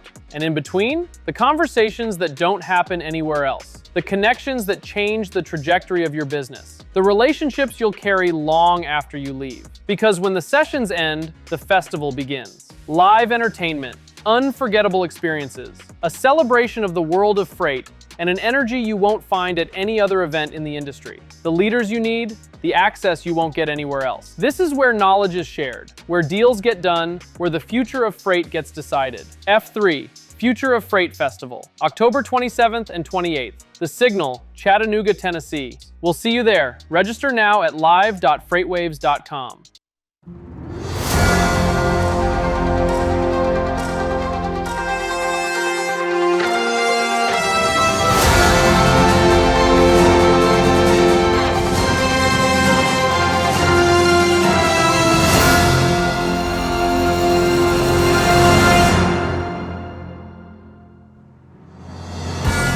Welcome back to FreightWaves Today. Julie, every time I see the F3 ad and I see dancing sky, the little dancing lizard, it gets me excited. It's just a couple months away. F3 is coming up quickly. We've got a few events in the meantime. Last week of October, it is here in Chattanooga. The fall weather football is going on. I can smell the burning leaves right now. I really am. I couldn't sleep last night. Is it fall? No, because work is busy and I had a lot spinning in my head. Good stuff, just, you know, like how your brain doesn't shut off. And so inevitably I online shop scroll, and I just am so excited for fall when I started looking at fall clothes and like wearing sweaters and doing all the things. All day. Oh, I'm ready. Fall is the best. It's also been disgustingly hot here, which makes me Was it, by the way, more real quick, excited. was in Wisconsin? No, fall was not, it's like 2 weeks long. They have 4 seasons down here, huh? Fall has become, summer there is glorious, right, in Wisconsin, but since I've lived here, fall has by far become my favorite season. I adore it, and it's a whole like 3 months, and the leaves are pretty for a long time, and there's an actual changing of the weather where it's crisp in the morning, nice during the day, crisp in the evening. People who live in 2-season states, I think, really miss the best. Yeah, I don't feel like you get fall or spring in the Midwest. Spring is just gray and a few weeks of nasty melt, and fall is very short as well. But here it is wonderful. Sitting on my screen porch. I don't like spring because of the pollen, and we have a lot That's true here. of that like down here. everything is covered in green and yellow. We don't have white snow, but we have yellow snow. But anyways, Pat Dillon is the CEO of Flock Freight. Pat, we're talking about the fall and what's happening. Any big plans for you guys at Flock Freight this fall? Oh, hey, Craig. Hey, Julie. Thanks for having me on. Yeah, I mean, Look, it's been a great year so far in 2026, quite the difference from where we've been the last couple of years in this freight market. And, we're expecting a big peak season and, it's trying to get as much time with our shippers and our carriers getting geared up for what we expect to be a pretty big fall for us. So what is the sort of sentiment right now? I mean, the LTL carriers have done, the last quarter was pretty astounding. The amount of operating leverage they gained in this last quarter. Obviously, capacity is very tight. What are you guys seeing right now in terms of how shippers are thinking about peak? Yeah, I mean, I think for us in our kind of core shipper market, we're seeing folks that are focused on how do I meet kind of budgets? How do I deal with this rising rate environment in the FTL market, but not lose velocity? Be able to still get the kind of service that we need, the kind of speed, especially as you start to think about these tight weeks and months as you head into the holiday shopping season. So, it's trying to balance all that. And I think you guys have called it out a couple of times on your show. It's been such a shipper-centric market over the last 2 or 3 years. And now, it's kind of maybe switched to more of a provider-centric market. So I think it's totally changed the paradox and people are looking for new solutions. So it's been a great environment for us and shared truckload, which has been kind of a pretty differentiated solution for a lot of our shippers.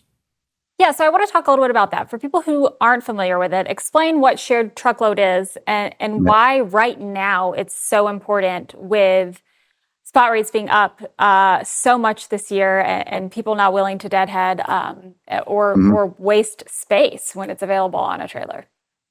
Yeah, I mean, the simplest way to describe shared truckload is sort of carpooling for freight. So, being able to ride share or carpool 2 shipments from 2 individual shippers on a full truckload and allowing us to do 2 pickups and 2 drops to share that trailer space. So essentially pay for the space you need and not have to, pay to ship a half full truck.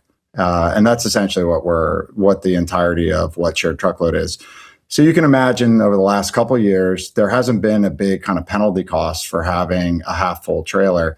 But as freight rates in the FTL market have really inflated, everybody's looking to kind of wring out utilization and be able to drive their cost basis lower. So when you think about what shared truckload can do by driving higher utilization while still maintaining FTL level service and velocity throughout your system, it really resonates with enterprise shippers all the way down to SMB shippers. So it's been a great market for us. And it's been, an interesting time in the market for sure. So it certainly makes sense from an efficiency standpoint. With fraud being so rampant in our industry right now, adding additional pickup, adding an additional drop, breaking that seal, opening those doors an extra time, adding another really party into the mix of that load. How do you guys address that? Yeah, I mean, boy, it's been a crazy market from a cargo theft and cargo security perspective. So, and we deal with some of, our customer base ranges from some of the largest shippers in the world that have been, targets for some of these very sophisticated fraud rings. So for us, it's making sure that we have, best in class tracking, carrier vetting, seal requirements, working with law enforcement. And, I think we're really proud of the track record that we've had. We've invested a lot all the way from cybersecurity, where a lot of this fraud emanates, all the way to kind of relationships with law enforcement to make sure that, we have the ability to respond when incidents do happen. And, knock on wood, because it becomes an increasingly sophisticated threat environment, we've been able to, perform with the best of them. We get measured against, all of the traditional FTL asset-based and non-asset-based carriers. And I think our track record stands up with that, all of them. But it's a constant battle, as I'm sure some of the guests that you've had on your show have articulated. It's an evolving threat environment. What kind of savings are shippers actually seeing if they do this shared truckload versus just booking a standalone truckload?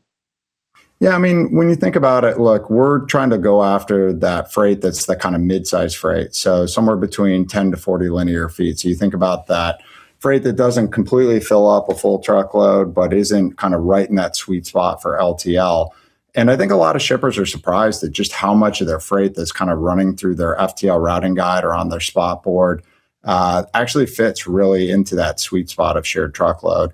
And when they're able to do that, the savings range from kind of 30 to 40%, because you think about our ability to be able to offer a discount because you're sharing that trailer space with another shipper. So, the savings have been, it depends upon what your next best alternative is and whether you're thinking about taking stuff off of LTL and putting it into shared truckload or FTL and putting it onto shared truckload. But when you multiply it against hundreds of shipments for a given shipper, it can really add up to be hundreds of thousands or millions of dollars of savings on an annualized basis.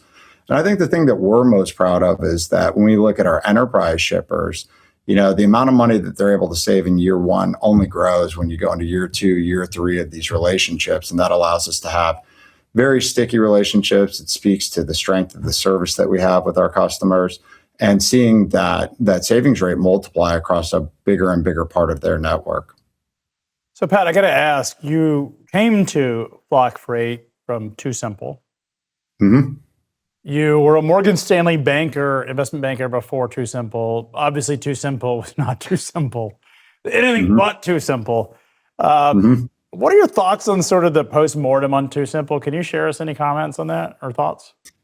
Yeah, I mean, look, I'll say that the kind of autonomous technology, I think I'm a huge supporter of it. I think, what a lot of the folks in the space that were competitors to TuSimple that are still kind of in operation and driving, I think it makes tons of sense, right? There is a need for efficiency and higher utilization throughout the space. I think you can go at it a couple of different ways. You can go at it through autonomous operation, which supplements human drivers. And then I think, what we're trying to do here at Flock Freight, which is allowing the assets that are in operation to be better utilized, driving that efficiency. They're just different sides of the coin on how to go about it. So while it was disappointing to see what happened with TuSimple, I think, the industry is going to continue to evolve. Maybe the pace isn't going at the speed that everybody may have expected at one point in time when it comes to AV, but it's going to be a major impact on the space. And I think it's definitely coming. It's sort of undeniable, the progress that we're seeing a lot of the AV companies make. What do you think the timeline is for fully autonomous or door-to-door autonomous, I should say? Oh man. Well, look, I think if you just from what I can observe from my friends and contacts in the space, it's starting to really proliferate, particularly in Texas. So what some of the names like Aurora and Kodiak are doing, it's really impressive what they're able to do. And, don't count out Tesla and what Elon's able to do. I'm not sure if the semi is the highest priority for Tesla, but certainly the market's big. And that's one of the best things about freight is it's just sort of the backbone of the physical goods economy in the United States. And whether you think about it or not as a consumer or a business owner, it's, essential to everything we do. You guys do a great job of highlighting the importance of the industry here. And innovation is really paramount, right? We see this kind of $1 trillion logistics spend in the United States and the need for innovation, whether it be autonomous vehicles, kind of software as a service, the kind of stuff that whether it's visibility, and then what we're trying to do here at Flock Freight with shared truckload and what some of our peers in the brokerage space are trying to do to help us eliminate empty miles, eliminate empty trailer space. It's all essential to making this industry work a lot better. So Pat, there's been so much happening this year in terms of regulatory environment, crackdowns, the Montgomery judgment. I mean, you guys as a third-party intermediary are certainly having to navigate new things that you haven't had to navigate. How are you guys sort of positioning yourselves? Yeah, I mean, look, I think I listened to Drew from RXO on your show in the last week or two and kind of talking about insurance towers and carrier vetting. And, from us, it's the same kind of thing. You have to have the scale and the sophistication to be sophisticated on which kind of carriers you use. And we're really proud of our carrier vetting and the amount of money and resources that we've put into that. You have to have the kind of track record to be able to get the kind of insurance coverage that you need. And we serve some of the largest shippers. So we have, what I would say is like a really strong insurance tower to protect us, to protect our shippers. And it's all based on track record and trust and making it important and making it an investment. So while I think we're all still trying to sort out like the fallout from the Montgomery decision and some of the cases that we've seen, It's not necessarily different than what we were expecting to happen. We knew there was going to be enhanced scrutiny on all different providers, including the intermediaries like us in the space. And it's critical for us to be able to show that we've got the financial wherewithal, we've got the processes in place, and we're doing the right thing. I mean, at the end of the day, it's about making sure that our roadways are safe, that we're choosing a safe carrier. It's, first and foremost, the right thing to do. But it's also good business for us to make sure that we're choosing the right carriers and partnering with the carriers, and then, being a great source of revenue for our carrier partners too, and making sure that we are, living up to our end of the bargain and making sure that we're a great place for them to come and get their loads and to partner with us, and we're helping to optimize their networks too. So, my sense is that this will eventually get sorted out, and we'll see a more normalized market, but it's certainly been tumultuous over the last 6 months or so. Yeah, I'm curious. I mean, it strikes me that there are, in this space of particularly intermediaries, some companies make all their money just by driving to the cheapest possible carrier. That arbitrage pricing is built into the business model, getting the biggest rip by paying the cheapest, finding the cheapest carrier out there they can find and charging the biggest rate they can get away with. That model feels like it's at an enormous amount of risk in this environment because of the fact that is exactly what the Montgomery decision is going to go and attack. That's where plaintiffs' attorneys are going to really make their money, is making that point. Your business model is different because you guys are essentially marrying up unused capacity between shippers and between shipments. Does that put you in a better position than perhaps a traditional freight broker that's just trying to get it on price arbitrage alone? Yeah, I mean, look, we're going to have to sign you up to be a sales rep for Flock Freight. I'm not. By the way, this isn't a paid segment. I'm just I'm thinking about all these conditions and who's winning, who's losing. It's a really interesting proposition, and I'm thinking you guys seem like a really well-positioned company relative to some of the traditional freight brokers. Yeah, look, I mean, I think the point about shared truckload is that because you're able to put two shipments on board and you've got a bigger revenue base in every load, because while we can save, a significant amount of money for shipper A on their shipment and a significant amount of money for shipper B on their shipment, by putting those two shipments together and doing it well, where the points of origin and destination are well lined up, where the appointment times line up, and packaging that into a really good shared truckload, we actually intend to pay our motor carriers more than they would earn on a traditional one-pick, one-drop full truckload shipment. So it's the same kind of carrier base. Our core carrier is a full truckload carrier. We're looking to be able to make sure that the appointment times and the routing lines up where there's minimal out-of-route mileage, same amount of days out on the road. We don't want to have people having long layovers, et cetera. But the intent is to pay more, and it's not because we're necessarily that there's any underlying reason other than we want high quality carriers. We want to and know we need to pay them more for doing two pickups and two drop-offs in a shared truckload environment. And that's great because when you kind of attack underutilization and inefficiency, you create a lot of value. And we want to create value for the shippers. We want to create value for the motor carriers. And we think there's plenty to go around, which is always the interesting thing when you've got an innovation that isn't about trying to steal market share, doing the same thing as somebody else better. We're certainly very respectful of the traditional full truckload brokers, LTL brokers that are out there. They're great competitors. We're looking for our niche, which creates a lot of value for others. So having more revenue in the load allows us to pay more, allows us to pay for quality. And it allows us to build these really, really strong relationships. So I think it works on many fronts, including the point about, carrier vetting and being able to pay for really high quality service and really for safe motor carriers to be our partners. Julie, did you ever do shared truckload? Did you ever get involved in that? No, we didn't. So that's really one of the things that I wanted so much to money ask. In air freight, when I was working air freight, we would consolidate. I mean, in those days, I'm not saying Pat does this, but I did. We charged full truckload rates, but we put shipments on there. I was doing my job for the environment, just to be clear. Yeah. Got to save diesel, but we would marry them I up. successfully loaded backhauls to put revenue. I mean, you would have something a that we're already normal getting paid line on, haul but rate no. would say the $3,000 to the East Coast out of Dallas, and which making $9,000 because you had three. I remember I made a lot of money doing it. Was air freight forwarders. Yeah, I mean, it makes perfect sense. Okay, so speaking of that, a lot of people have tried to do this and have done it manually. I even remember early in my career being at a conference and a company got an innovation award for trying to do this. But nobody's really accomplished it at scale. So can you talk about how you're pooling and matching these loads and these shipments and some of the technology you use to do that? Yeah, I mean, you guys are right. It's not a new idea to take partials and put them together and marry them up. And in fact, Oren Zaslansky, who's our founder and executive chairman, this was the kind of stuff he was doing. He's a lifelong freight entrepreneur. He had started an asset-based company, a small brokerage, freight forwarder, and he saw the opportunity to do this both when he was an asset-based carrier and he was only loaded half full but paid full price, and then being able to do it manually as a broker.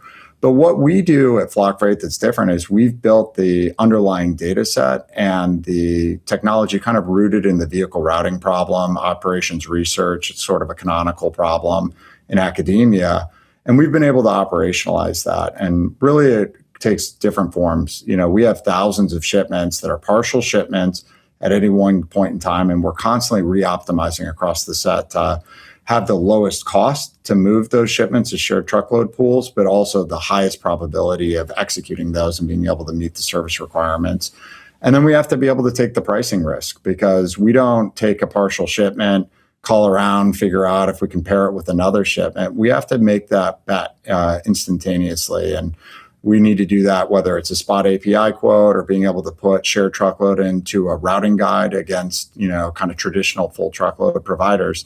Being able to make that judgment about how likely it is that this shipment is going to pool with another shipment, what's going to be the underlying cost if it pools or if it doesn't pool.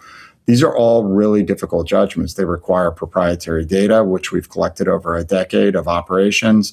And then it requires really precise kind of data science decisions to be able to figure out how we build and take this risk. Because ultimately, it's about managing risk, being able to be there and live up to our service requirements to our shippers and be able to do it in a way that's economically responsible to our shareholders as well. So you guys nailed it. The big key is being able to do this at scale, being able to do this at velocity, and be able to do it with the same kind of service requirements that some of the world's largest, most sophisticated shippers expect from their asset-based and non-asset-based providers.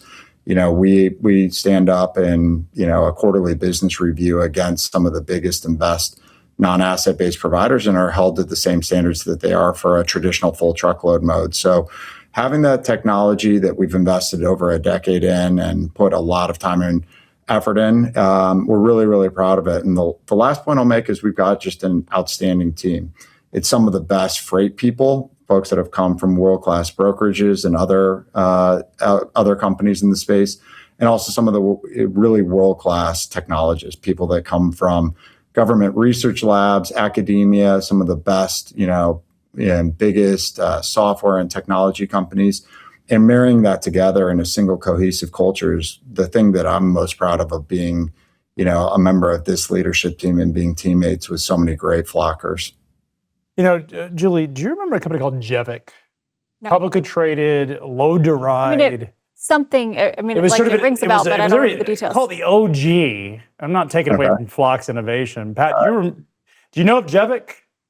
No, I think I've heard you talk about it maybe once or twice. It was a publicly traded company that did load to ride. It was basically shared truckload. It was sort of irregular consolidation of LTL shipments, but it didn't make it past the financial crisis because I imagine when freight dried. This is pre-technology, like it's 2009. It was a sister company of Saia.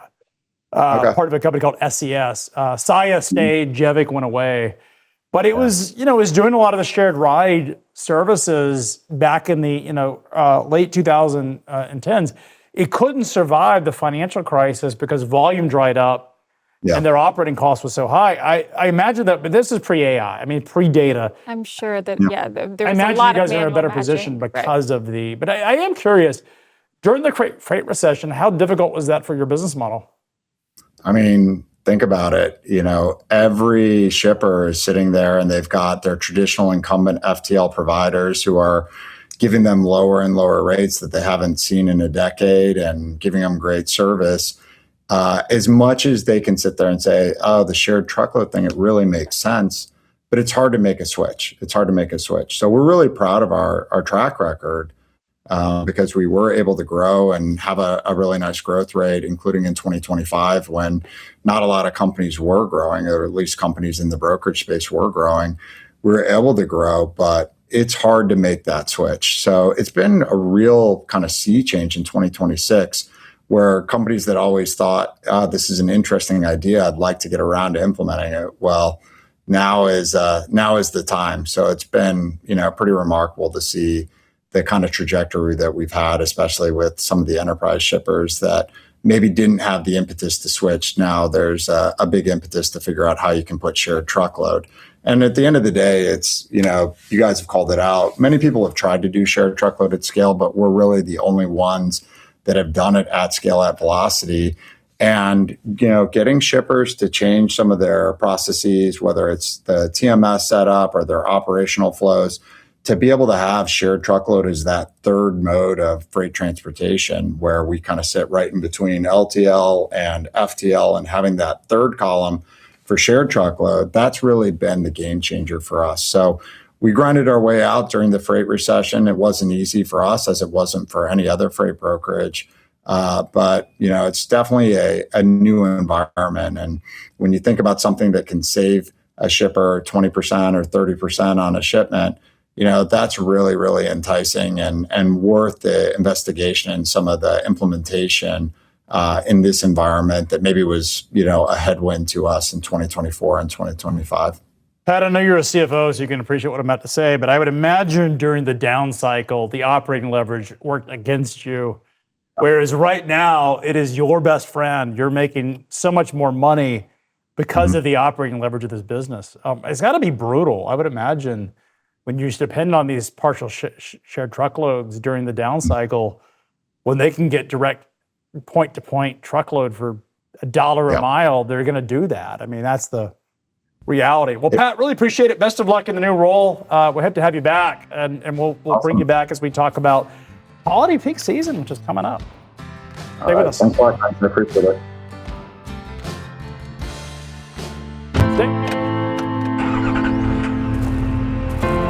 The world doesn't wait, so neither do they. Wheels on the interstate, boots on the site, hands on the shipment. We build for the world out here, and we build it with the people who live it. Ideas from the field, made real by world-class R&D to keep the operation sharp, the front lines safe, and the world moving. From one cab to a global network, billions of miles, trillions of data points, every one making your operation better. And we never build it alone.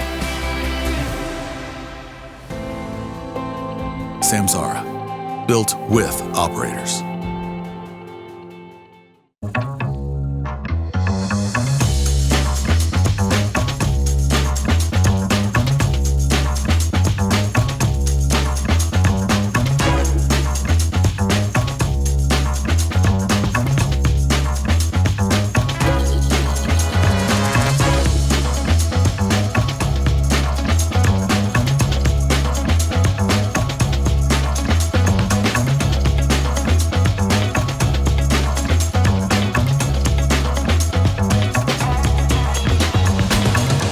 Once a year, the entire freight industry stops what it's doing and comes to one place, Chattanooga, Tennessee. This is F3, the Future of Freight Festival. It isn't just a conference. It's the largest festival in freight, built to pull you all the way in. The energy, the ideas, the atmosphere, and the people who move this industry forward. Over 50 speakers, 4 events across 3 days, founders, executives, innovators, and disruptors, all under one roof, all asking the same question: what comes next? On the main stage, The sharpest minds in freight take on the biggest questions in the business, the trends, the technology, and the forces shaping what's ahead. Then the clock starts. 7 minutes, no exceptions. The cutting edge of freight tech goes head-to-head, live, battling for best in show. When the time's up, the lights go out. And in between, the conversations that don't happen anywhere else. The connections that change the trajectory of your business. The relationships you'll carry long after you leave. Because when the sessions end, the festival begins. Live entertainment, unforgettable experiences, a celebration of the world of freight, and an energy you won't find at any other event in the industry. The leaders you need, the access you won't get anywhere else. This is where knowledge is shared, where deals get done, where the future of freight gets decided. F3, Future of Freight Festival, October 27th and 28th. The Signal, Chattanooga, Tennessee. We'll see you there. Register now at live.freightwaves.com. All right, welcome back to FreightWaves Today. We have talked extensively about fraud, and we're going to get into this with our next guest because auto transportation of moving vehicles across the country is exactly what they do. They're part of Cox Automotive Central Dispatch. Welcome, Elaine Sybil. How are you today? I'm doing great. Thanks for having me. So we have done back every day. We talk about fraud, and obviously auto transportation is an area where the bad actors have also discovered. How are you guys helping your customers mitigate and deal with fraud? Yeah, absolutely. Central Dispatch, I don't know how much the audience knows about Central Dispatch, but it is the largest auto transportation marketplace. We had over 20 million vehicles listed through the platform last year alone. So play a really major role within the automotive logistics space. We have a ongoing commitment to marketplace integrity, and really ensuring that the industry can continue to move vehicles safely and securely and confidently. So we're doing a lot in this space. One of the big things that we rolled out this year was biometric identity verification on our platform to get access to the platform. And the next phase of that is what we are calling secure vehicle transfer. And it's really about extending that same level of security to the vehicle release process, to that pickup point when the carrier shows up to take the vehicle. So Laney, I would describe you guys as a load board for auto transportation if people were to ask it. Do you agree with that definition? So actually, over 25 years ago, when Central Dispatch began, it began as a load board, really a digital platform for matchmaking between shippers and carriers. But that is not all that it is today by a long shot. It's a lot more than that. So we've been investing to really take Central Dispatch from that matchmaking site to a fully integrated transport marketplace. So providing all those tools to help shippers and carriers move the vehicle. So everything from pricing to dispatch tools to a carrier mobile app that provides tracking and an e-bill, and the list goes on. So we've really extended to be well beyond that load board. So you guys, as part of Cox Automotive, is one of the largest automotive service technology companies out there, just a massive, extensive thing. How much of the volume for posting comes from other parts of the Cox Automotive enterprise? So, Central Dispatch actually started outside of Cox Automotive. It was really first to the space in automotive logistics and bringing this digital matchmaking online, where it originally started. I would say a lot of that shipment volume was there even before Cox Automotive really entered into this space. But being a part of Cox Automotive enables us to extend even further into the ecosystem because we have that reach. We have those relationships across the entire ecosystem. We have the great data, of course, within Central Dispatch, but beyond that as well, that allows us to provide those valuable insights to our customers. Lady, can you tell us what sort of drove you guys to add this new feature of the secure vehicle transfer, and then actually walk us through the process of what happens all the way through the load from the time it's matched to pick up to delivery? Absolutely. So the release process is a place within the auto logistics space that has remained largely manual. There's a lot of increased digitization that's happened across auto transport, but that pickup point has really continued to rely largely on paper, on phone calls, maybe disparate processes that some providers offer, but there was really no standard way to add a elevated level of security to that process. So because of that, it's a place that these bad actors have decided to try and exploit because they recognize there are those manual processes there. And then furthermore, I'd add that the shipper who is having that vehicle moved, whether it be a broker or a dealer or another commercial entity moving the vehicle, they're often not present at that pickup point. So they need a way to ensure that they are maintaining the control of who that vehicle is released to. So that was kind of some of the background of the why this space is so important. And then I think, to remark on your other question about how it works, it's really pretty simple. We wanted to keep it as simple as possible because we are asking for a change in process here. So what happens is the shipper who is moving the vehicle, and like I said, it can be a broker, it can be a dealer, it could be an auction or otherwise, they're going to authorize who can pick up that vehicle. And once they do that, the carrier who has been assigned to pick up the vehicle receives a digital credential, and they receive that credential in an app that they already use for other parts of their workflow. So I mentioned how we've been evolving into being that full transportation transactional marketplace with all those tools. Part of that is a carrier app that the carrier can use when they're picking up the vehicle to inspect the car.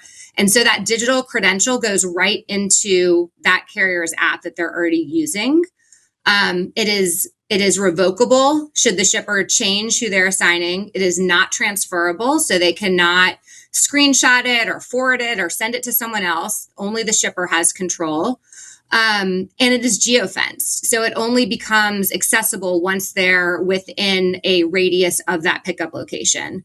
So once they arrive there, they're able to pull up that credential in the app. And then they scan that against an app that releasing location has as well. And it basically shows, yes, this is the authorized carrier to pick up this vehicle. It can be released. The whole process is designed to take about 90 seconds. So we're really trying to make that process as seamless and as efficient as we possibly can while also adding in that layer of security. So Lainey, I want to talk a little bit about theft. We've covered a number of stories. Shaquille O'Neal had his Range Rover stolen in transit, and then it was shipped. It was on a ship overseas. Ray J has had a car stolen. Chris Bryant. These things happen in transit. Where is this technology going to mitigate or prevent those in-transit thefts from taking place?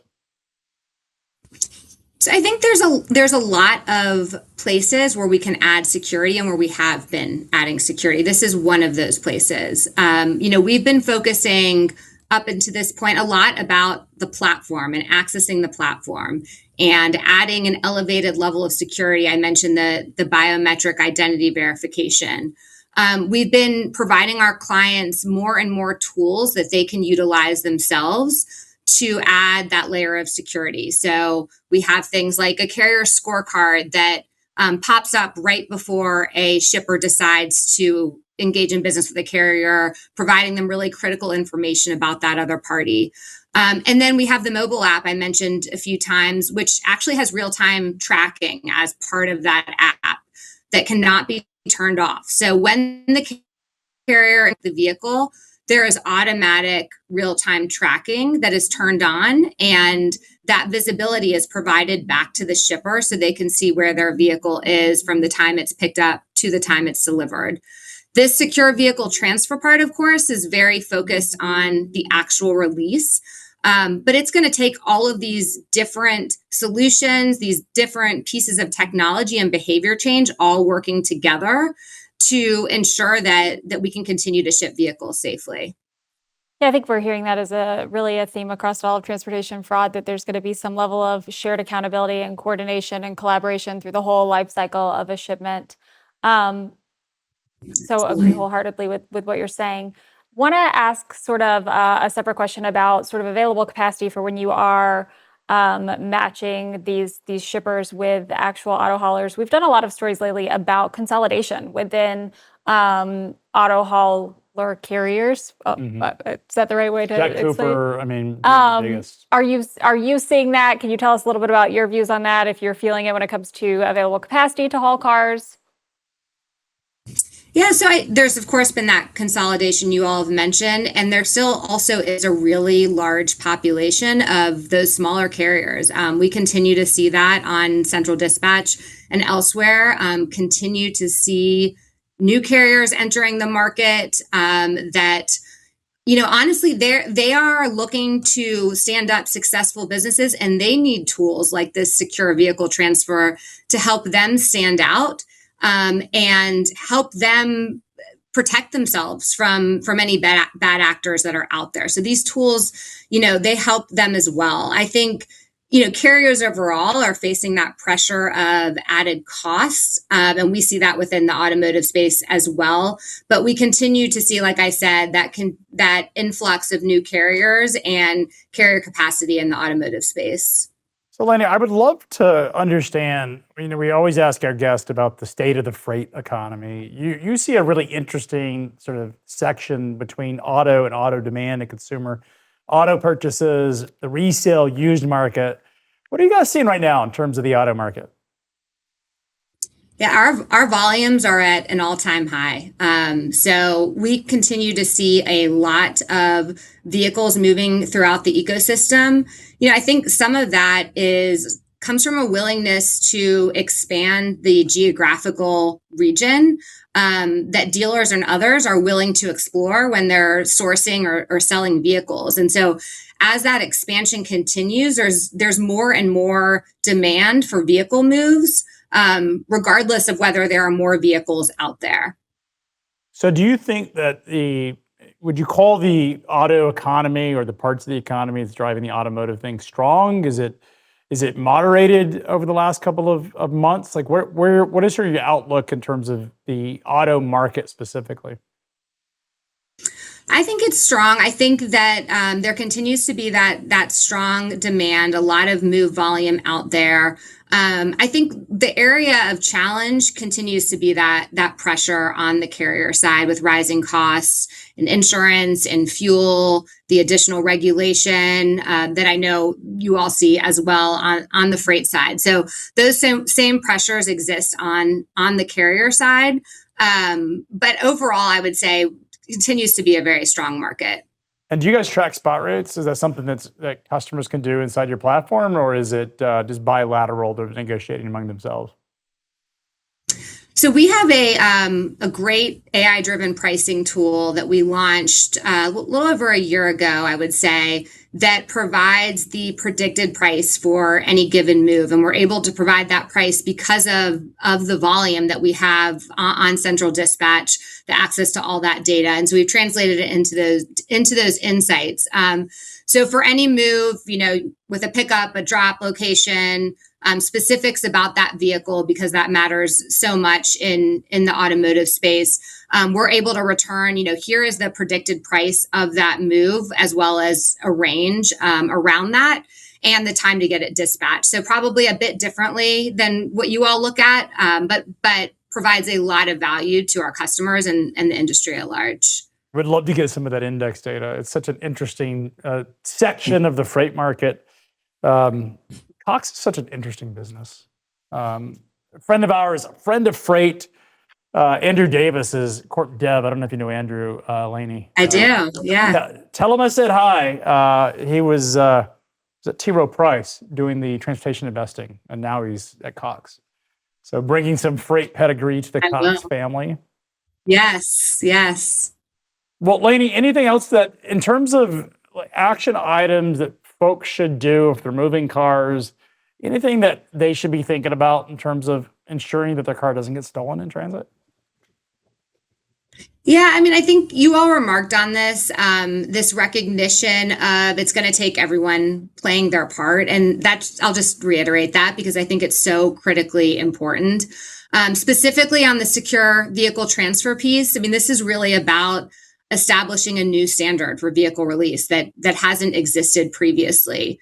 The technology is great. I love the technology, but that is not what's going to make it successful alone. It's going to hinge on everyone doing their part and that behavior change so that we make sure the vehicle ends up in the right hands. So, we're committed to leading the way on this. We're building the technology. We're going to continue to focus on driving awareness, driving education. And our ask is really just for partnership across the board so that together we can ensure that ongoing safe and secure transportation of vehicles. Well, Lainey, appreciate coming down and joining us today from hot Atlanta. I'm sure it's hot down there. It's hot in Chattanooga. Very hot.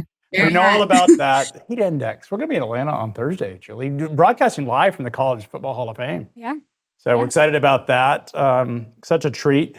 It is college football season. But tomorrow, we have a treat. We have Tom Albrecht of Reliance Partners going to join us in studio. It's always a treat when Tom comes. A lot of provocative takes. And of course, it's my favorite day of the week. It's AAR volume data, and we get that information direct from Bill Stevens on FreightWaves Today, starting at noon. See you then.